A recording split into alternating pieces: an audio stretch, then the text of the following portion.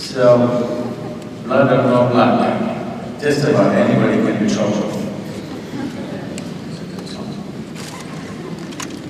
So, don't attach particular importance to those people who are genetically connected.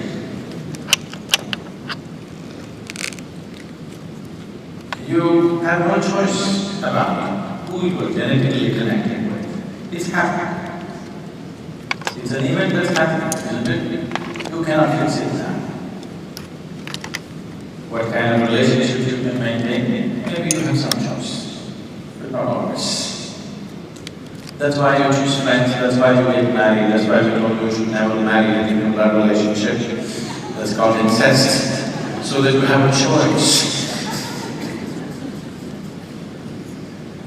So that you can marry somebody who is little different from you, who feels a little different from you. And it is not because of blood relationship distance sweet or bitter. It is because your identification with the body is so strong. You make blood more important than your intelligence. No. Your intelligence should be the number one thing. When I say intelligence, don't think of intelligence as just a logical process of the mind. Right now, what's happening in every cell in your body, what's happening in a single molecule of DNA cannot be understood by any intellect. That's how complex it is. Yes? Tremendous things are happening. So there is an intelligence right across, which is functioning every moment of your life. Otherwise, you would be alive. You are not alive because you think in a certain way. Whatever nonsense you think, still this inner intelligence is carrying you on, isn't it? Today, something happened, your love fell apart, or your stock market crashed, your mind will say, I want to die.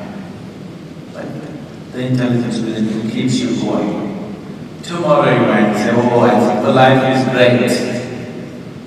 The intelligence within you keeps you going. If that intelligence took instructions from your intellect, by now you would be dead 1,000 times, isn't it? So, do not understand intelligence as just intellect. There is a deeper intelligence constantly functions. To access that, if you access that, you will see blood is just a superficial thing. So, one of the first things, if you distance yourself from the body, then what you understand, only because you are stuck with this body, some body also has become important. If you are wearing your body too tight, then you do not know which is you and which is your body. If you wear it even a little bit loose, suddenly you know, this is my body, this is not me. That's just that awareness is enough. You don't have to create too much distance is called depth. Don't do that. Please don't do that. If you are free from this body, you would clearly know what sense is going through now. The whole existence is just one energy. Religions of the world have been screaming for a long time, God is everywhere. Whether you say God is everywhere or everything is one energy, or you're talking about the same reality or a different reality. Same reality, simply. Everything is same energy. This is science.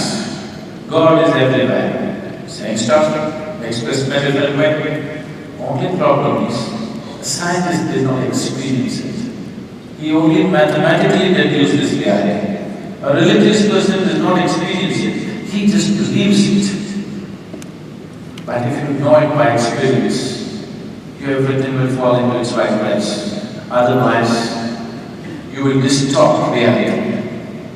Just because you're born in the same pen. I'm sorry, I'm using such a word. Just because you're born in the same house or home, you think something is happening, nothing. Two children can grow up in the same family, same lineage and grow diversely different, isn't it so? Is it happening everywhere? It is just that we have been trying to hold by blood simply because our attachment to our own body is too deep.